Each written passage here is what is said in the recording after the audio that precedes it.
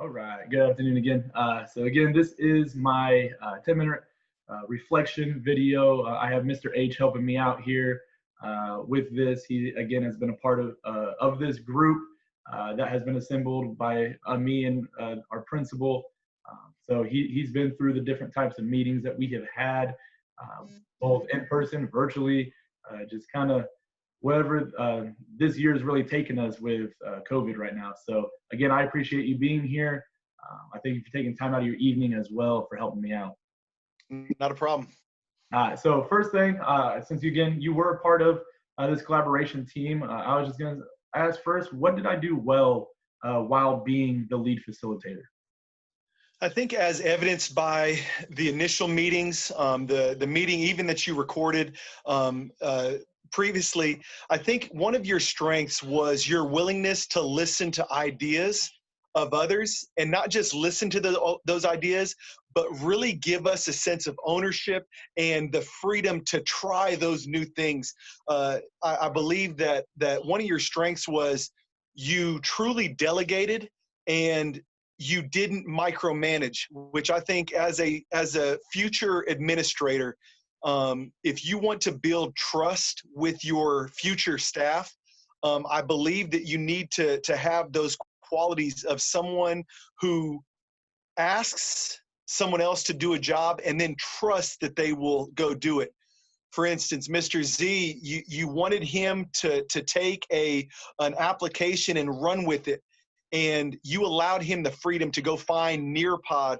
And I've seen incredible changes in the engagement in our classrooms as soon as Nearpod was introduced. So I think that was definitely a strength that will carry well into your future as an administrator.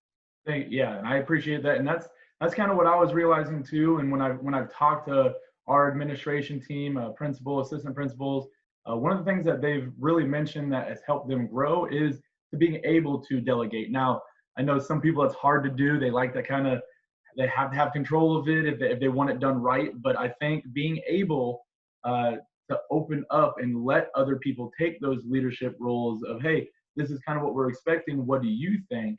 I think people put in the right positions are doing a pretty good job if you let them. Again, yeah. I think it is a principal or assistant principal, anyone on the admin's team, to find people to be put around you and being able to find their strengths. So I think that was a pretty good thing. Like you said, Mr. Z did a heck of a job finding a new resource to roll out and really go all in on it. And what we got back from it was pretty good.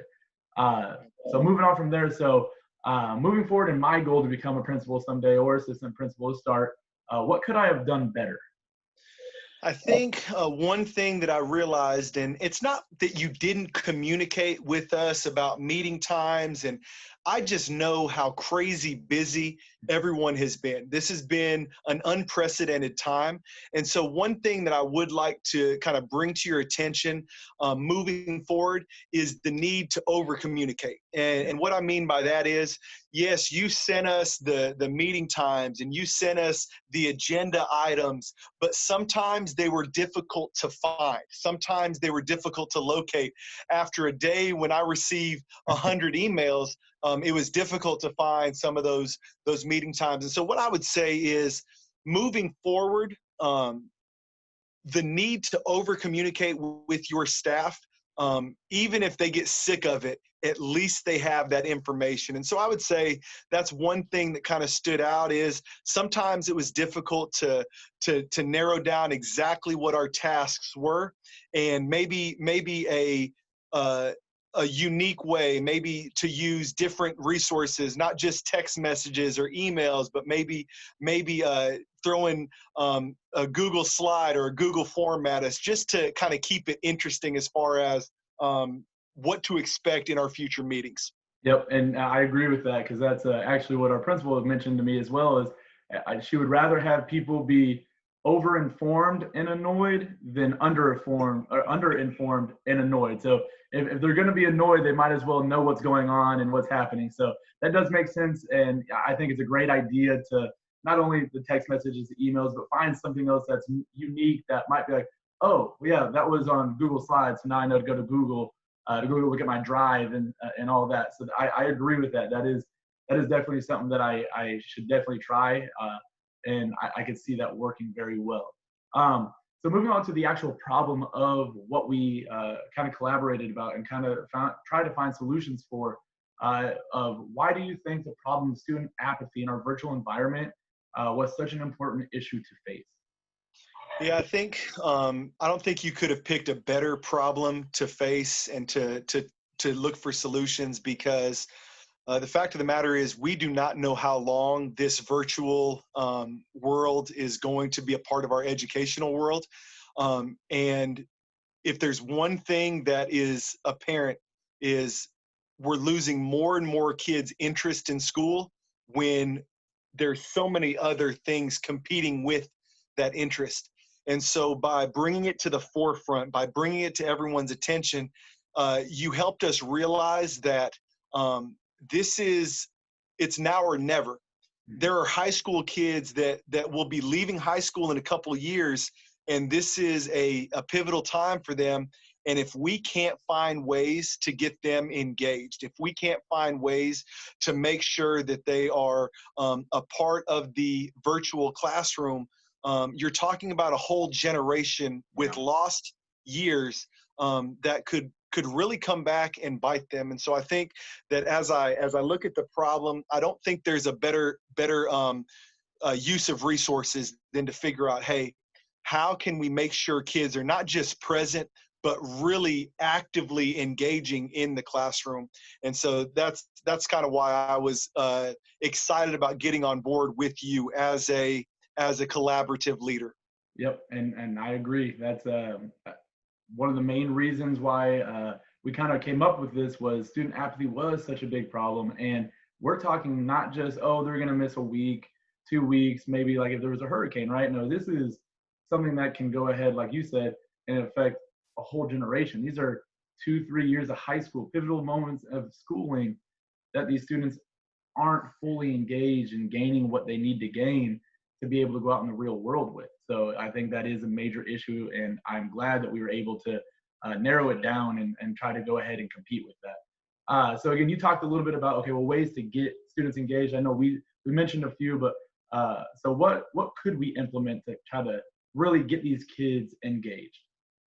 I think when we're dealing with high school kids, especially, it's about not just giving them the content, but really digging a little bit deeper and trying to figure out what is it that makes our kids tick. What is it that really gets them going?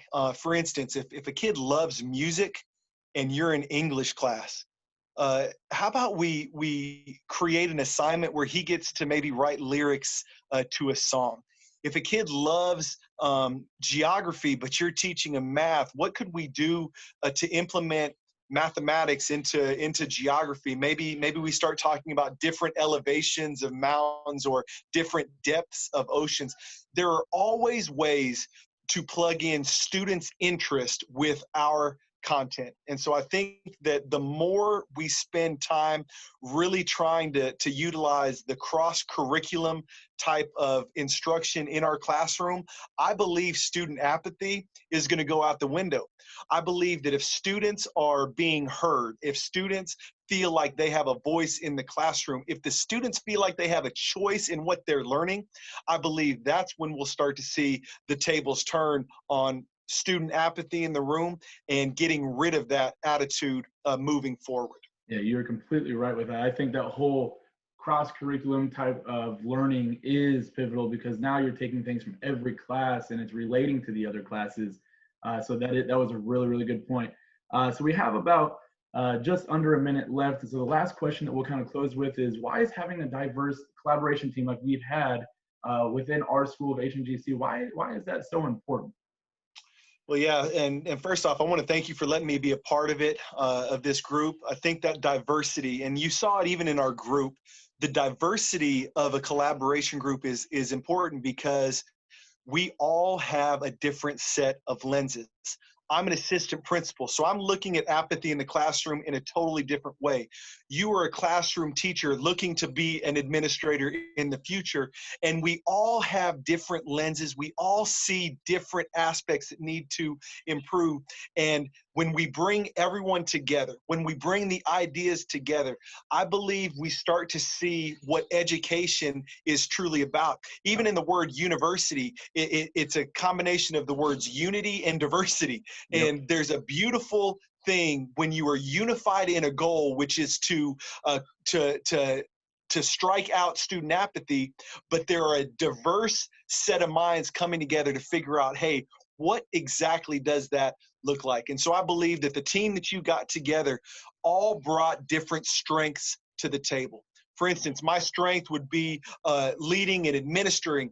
My strength is not developing the app and developing the lessons like Mr. Z and Mr. P and yourself.